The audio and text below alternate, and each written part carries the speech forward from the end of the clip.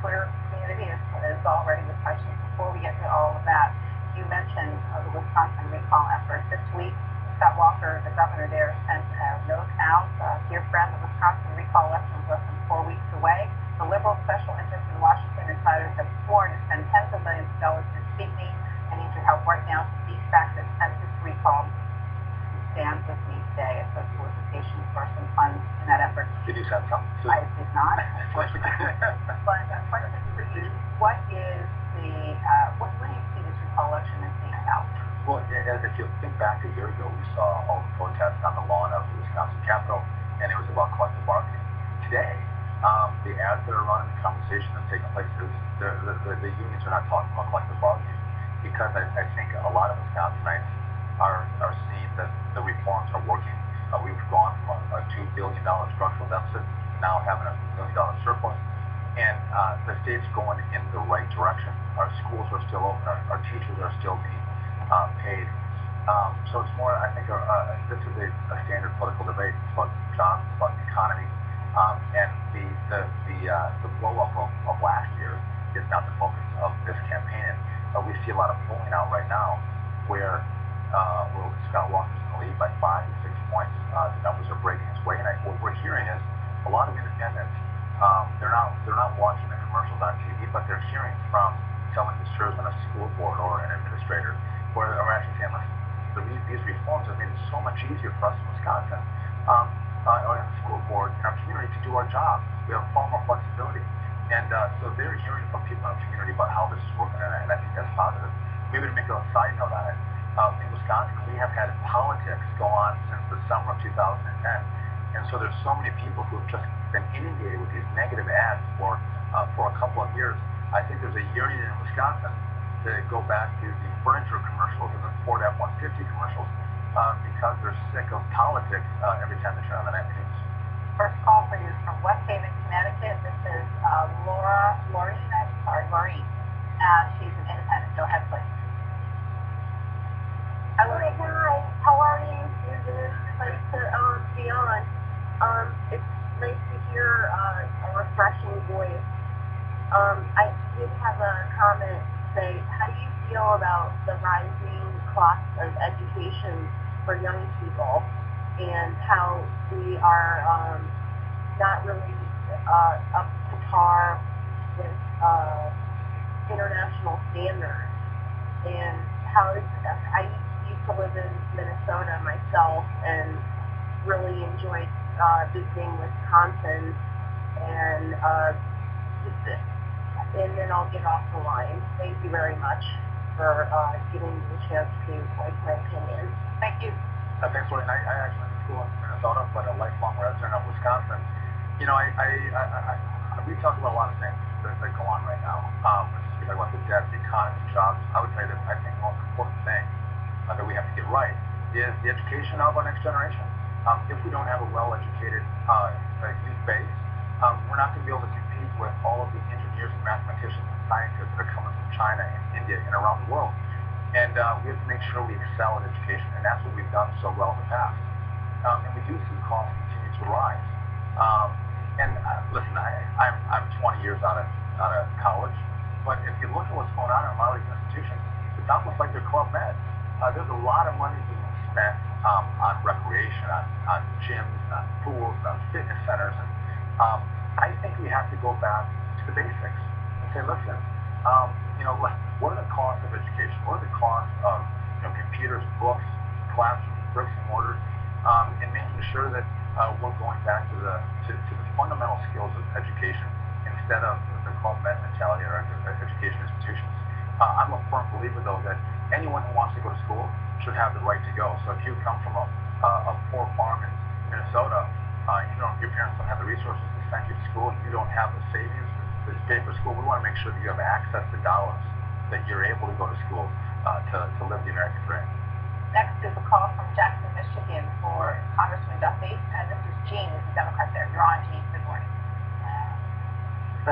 Yes, Congressman, have you forgotten that when Bill Clinton wanted to balance the budget and take care of the deficit like that you claimed it would be the it would ruin the country and we'd go into a recession. And now you're talking just the opposite. And you're talking about school teachers. Have you got as much education as any school teacher going? And you have to renew your education year after year. And since you're elected in public office, will you serve one term without pay, like the teachers have to teach one semester without pay? Gene, thank you for the question. You hit a lot of topics in there. Maybe I go first to Bill Clinton. You're talking about Bill Clinton and taxes.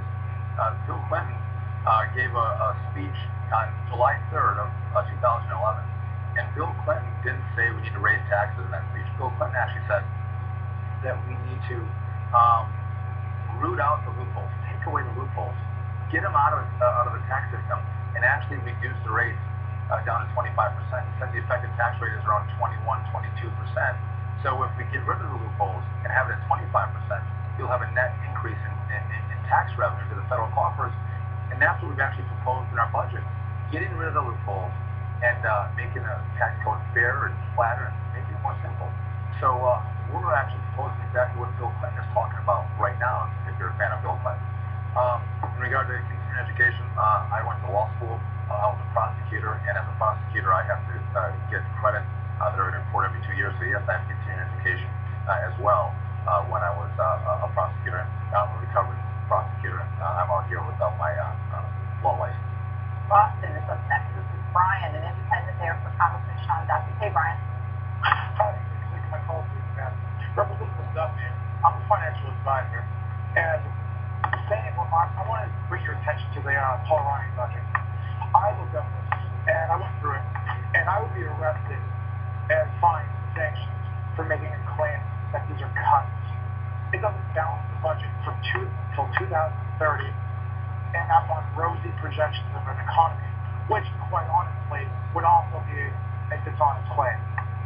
I know that you're trying to actually move in the right direction, but 2030 is not balancing the budget in an honest manner. Can you please just respond to that and at least say, at least just take that question? I appreciate it. Thank you. Listen, Brian, you bring up a good point. When we talk about cuts, we're talking about reducing the growth in the size of government. You're absolutely right on that point. So what we do in the budget is we bring the spending levels down to 08, and we cap them there for a number of years, and then we let them slowly start to grow again. So you're right. There's no slashing and burning of a budget. It's a reduction to 08 and then a cap. But here's the deal. If you want to get an earlier budget balance date, you're going to have to you'd have to go and look at trying to cut seniors, and we're not willing to do that. We want to offer the promise to seniors that they bargained for, and we're going to give it to them.